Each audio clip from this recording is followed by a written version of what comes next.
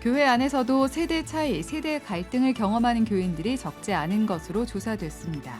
그러나 세대 통합을 위한 프로그램을 갖춘 교회는 30% 수준에 머물고 있습니다. 독일 하이델베르그 대학교 명예교수인 미하일 벨커 교수가 최근 우리나라를 방문했습니다. 벨커 교수는 이 땅의 교회와 그리스도인들이 진리와 정의를 추구하는 공동체로서 책임 있게 살아가야 한다고 당부했습니다. 인도차이나 반도에서 활동하는 한인 선교사들이 최근 선교사 대회를 열고 침체된 선교지 활성화를 위한 연합활동을 다짐했습니다. CBS도 자체 제작 선교 애니메이션 알러바이브를 통해 해외 선교지의 다음 세대 교육에 협력하기로 했습니다. 전 세계 선교지 소식을 전해드리는 미션 리포트. 오늘은 인도네시아의 소수 부족, 아낙달람 종족을 만나봅니다. 팜농장과 고무농장 등에 밀려 밀림에서 쫓겨난 피난민 신세인 아낙달람 종족에게 어떤 도움과 기도가 필요한지 들어봤습니다. 여러분 안녕하십니까? CBS 뉴스입니다.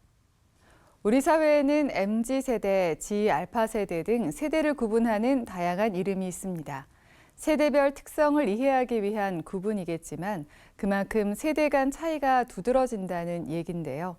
교회 안에서 세대 차이는 어느 정도일까요? 한국교회 사역 전반에서 세대 갈등이 나타나고 있다는 설문조사가 나왔습니다. 천수연 기자가 소개합니다. 교회 안에서도 세대 차이를 느낄까? 한국교회 지도자센터가 지앤컴 리서치에 의뢰해 개신교인 600명에게 물었습니다. 응답자들이 세대 차이를 가장 크게 느끼는 부분은 의사소통 방식입니다. 67%가 세대 차이를 경험했다고 답했습니다. 교회의 봉사 자세에서도 정치 사회적 이슈에서도 세대 차이를 경험했다고 응답자들은 밝혔습니다. 예배 스타일, 교회 내부의 문제, 한국교회 이슈 등 교회 안팎의 사안에 대해서 응답자 2명 가운데 1명은 세대 갈등을 느꼈습니다. 응답자의 절반이 넘는 57%는 이 같은 세대 갈등이 교회 이탈이나 신앙적 회의감을 주는 등 부정적인 영향을 끼친다고 답했습니다.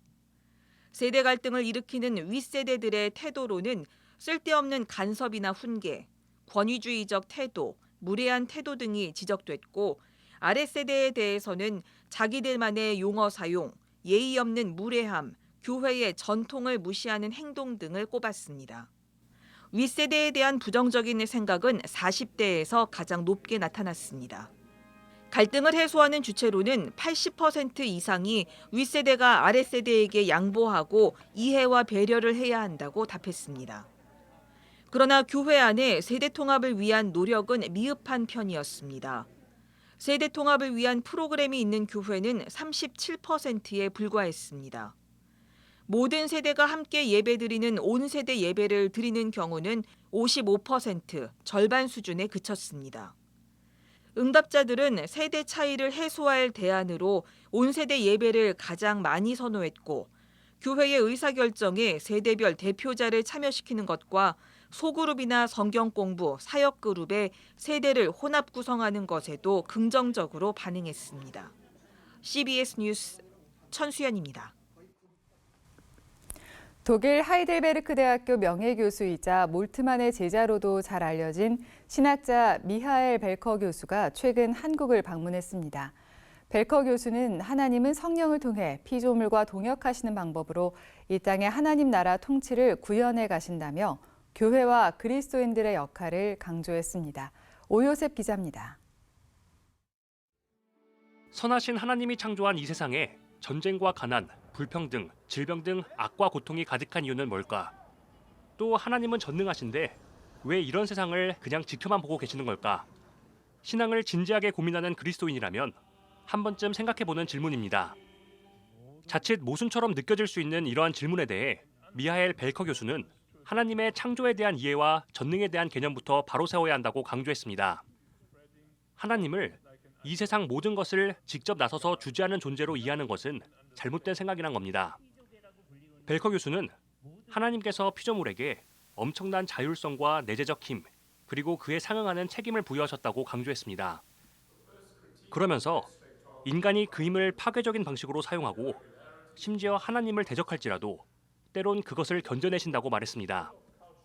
벨커 교수는 이 땅의 수많은 고통은 피조물의 자율적 행위로 인한 것이며 하나님의 전능은 그 악과 고난 속에서도 피조물을 건져내고 선한 것을 창조해 나가는 능력이라고 설명합니다.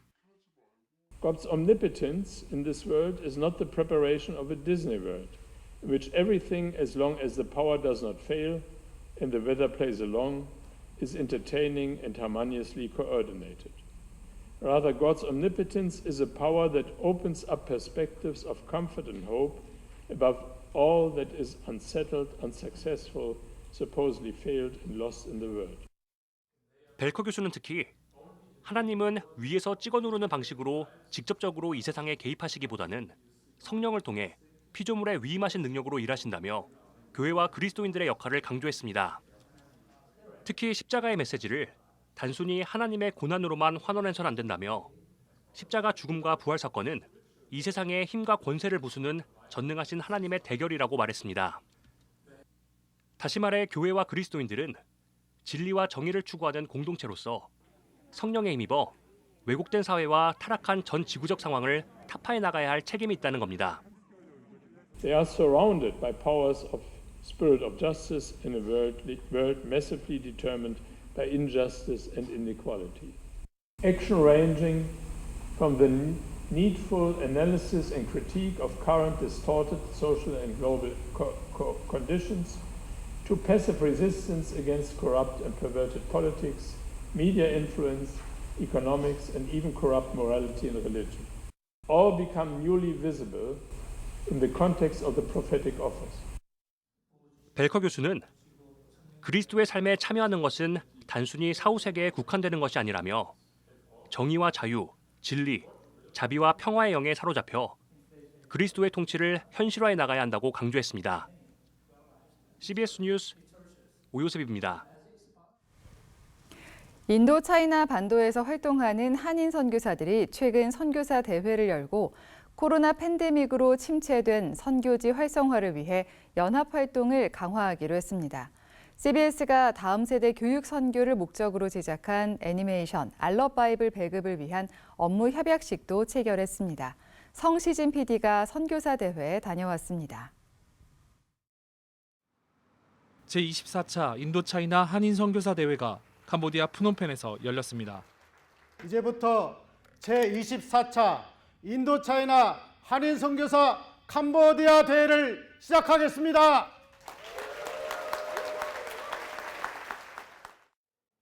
개최국인 캄보디아를 비롯해 태국, 베트남, 미얀마, 라오스 등 인도차이나 5개 나라에서 모인 400여 명의 선교사들은 나는 찾았네 새 생명 예수라는 주제를 가지고 지난달 23일부터 26일까지 3박 4일의 일정을 소화했습니다. 3년 동안 코로나19의 그 팬데믹 기간을 이겨내서 처음으로 다시 시작하는 인도차이나 한인 선교사 대회입니다. 우리 선교사들이 연합하여서 기도하고 또 영적인 대각성 집회로서 이제 준비하고 있습니다. 특별히 이번 선교사 대회에는 CBS 성경동화 알럿 바이블 콘텐츠를 각 나라에 배급하기 위한 업무 협약식이 있었습니다. 실제로 사역 현장에서 사용하실 수 있도록 알럿 바이블이라는 콘텐츠를 배급을 하려고 왔습니다. 더 많은 콘텐츠들이 더 필요한 콘텐츠들이 배급될 수 있도록 오늘 이 자리가 아마도 첫 단추를 꿰는 그런 자리가 될 것 같습니다. CBS가 제공한 성경동화 콘텐츠는 어린이 사역을 감당하고 있는 선교사들에 의해 각 나라 언어로 번역되어 선교지로 향할 예정입니다. 캄보디아 프놈펜에 위치한 은혜 기독 국제학교는 알럿 바이블 콘텐츠를 성경 공부는 물론 언어 수업과 미술 수업에까지 활용할 계획을 가지고 있습니다. 알럿 바이블이 1편서부터 천지창조서부터 100편까지의 내용으로 성경을 구성을 하고 있잖아요. 아이들한테 쉽게 접근할 수 있는 내용을 가지고 아이들한테 성경 공부를 철저하게 시키는 것이 너무나 중요해요. 그래서 기독교 세계관으로 아이들이 성장할 수 있도록. 한편 CBS는 대회에 참가한 선교사들에게 초코파이 500상자를 전달하며 선교 사역에 힘을 보탰습니다. 1%대의 낮은 기독교 복음화율을 보이는 인도차이나 국가들. 이 땅의 선교사들은 선교사 대회를 통해 서로를 위로하고 사역을 지속할 힘을 얻고 있습니다. 인도차이나 한인 선교사 대회가 열리는 캄보디아 프놈펜에서 CBS 뉴스 성시진입니다. 공공의 가치 추구를 목적으로 하는 사회적 기업들이 늘어나는 가운데 개신교를 비롯한 세계 종교계가 오늘 국내 사회적 경제 활성화를 다짐하는 공동 행사를 열었습니다. 개신교를 대표한 예장통합총회 김의식 총회장은 사회적 약자를 위한 구체적인 실천 프로그램이 한국교회와 종교계에 더욱 풍성해지길 기대한다고 말했습니다. 오늘 발표한 공동선언문에서 참석자들은 사회적 양극화, 불평등을 해소하기 위해 이웃사랑, 나눔, 자비의 정신을 실현하는 사회적 경제의 가치가 지속 가능하도록 적극 지원할 것을 다짐했습니다. 올해로 9회째를 맞는 행사에는 세계 종교계 지도자들과 고용노동부 이성희 차관 등이 참석해 사회적 가치를 창출한 세계 종교계 기업 등의 최고 종교 지도자상과 고용노동부 장관상을 수여했습니다. 전 세계 선교지 소식을 전하는 미션 리포트. 오늘은 인도네시아의 원주민 아낙달람 종족을 살펴봅니다. 아낙달람 종족은 오늘날에도 여전히 정글 속에서 생활하며 수렵 채취를 통해 살아가고 있는 이들인데요. 최근은 정글 개발과 환경 파괴 등으로 인해 삶의 터전을 잃어가고 있습니다. 또 정부의 주민등록조차 되어 있지 않아 의료 지원과 배움의 기회가 절실한 상황이라고 합니다. 아낙달람 종족의 소식 이규대 선교사가 전해드립니다. 이 아낙달람 종족은 신석기 시대의 삶을 사는 정글에서 대대로 살고 있던 종족입니다. 대대로 숲속에서 수렵 채취 생활을 하면서 그렇게 살아왔습니다. 이 종족들은 이제 그 정글 속에서 멧돼지나 사슴이나 어떤 때는 곰이나 또 호랑이도 그렇게 사냥을 하면서 살고 있었는데요. 어떻게 보면 마지막 남아있는 정글에서 신석기 시대의 삶을 살고 있는 그런 종족이라고 할 수 있습니다.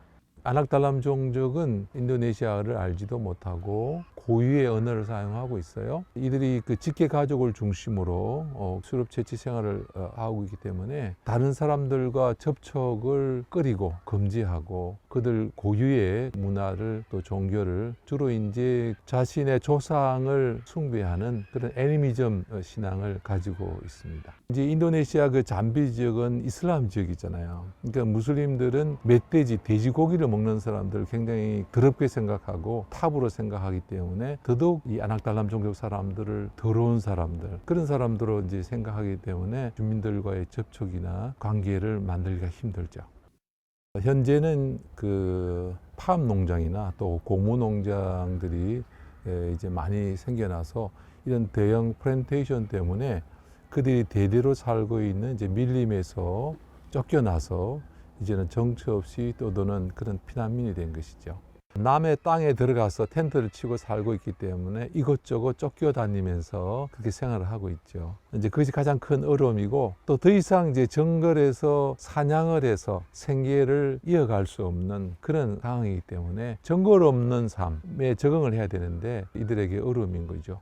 이 아낙달람 종족 산모들이 아기를 낳을 때 그 탯줄을 대나무를 날카롭게 해서 그렇게 탯줄을 자릅니다. 그 과정에서 감염이 돼서 아이가 죽기도 하고 산모가 굉장히 그 위험에 빠지는 그런 일들이 일어나고 있습니다. 그리고 이들이 냉장고나 뭐 그런 시설들이 전혀 없잖아요. 오염된 그런 고기를 먹어서 설사나 여러 가지 질병에 시달리고 특히 이제 말라리아라든지 댕기 열병이라든지 이런 여러 가지 전염병 때문에 이들이 굉장히 위험한 지경에 있습니다. 그래서 저희들이 이제 이들을 위해서 응급 의약품들을 제공하고 국립병원으로 안내해서 수술이나 입원이나 그런 것들을 할 수 있도록 저희들이 돕고 있습니다.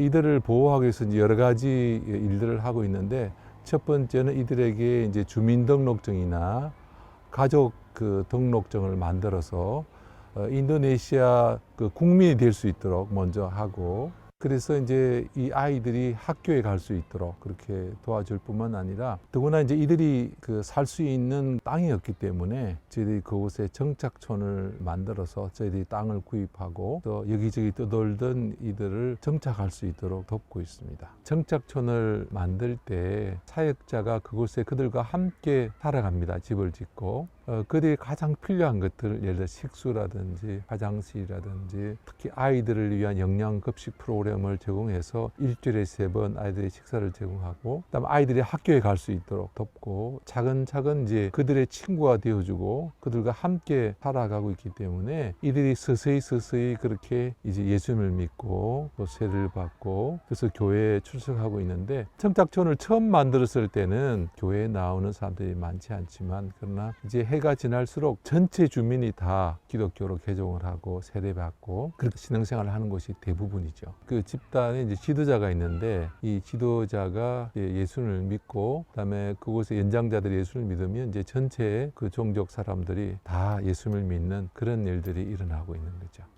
첫 번째는 이 아이들이 그 학교 교육을 받아야 되는데, 보통 이제 초등학교가 멀어요. 우리 사역자들이 교사가 돼서 어떻게 보면 원거리 교실을 하고 있어요. 이 아이들을 따로 초등학교 교육을 잘 마칠 수 있도록 교실 건축이 필요하고요. 중학교나 고등학교에 지나갈 때 저희들이 이제 중고등학교 기숙사를 만들어서 이 아이들이 교육을 계속할 수 있도록 돕고 있어요. 기숙사를 운영하는 비용이나 또 아이들 장학금이 필요한 그런 가운데 있고요. 무엇보다도 안악달람 종족 가운데 같이 살면서 사역한다는 것이 어렵잖아요. 그래서 헌신된 또 이 안악달람 종족들을 사랑하는 그런 그 믿음과 열정이 있는 사역자가 필요한데, 저희들이 서유자야 그 신학대학교에서 그 필요한 사역자들을 저희들이 기르고 있습니다. 그래서 이 안악달람 종족들을 위한 사역자들을 잘 기르는 그런 신학교가 될 수 있도록 기도해 주시기 바랍니다. 이 시대의 마지막 남은 강도 만난 이웃과 같은 이 안악달람 종족을 위해서 기도하고 후원해 주시기를 바랍니다. 인도네시아에서 사역하고 있는 이규대 선교사입니다.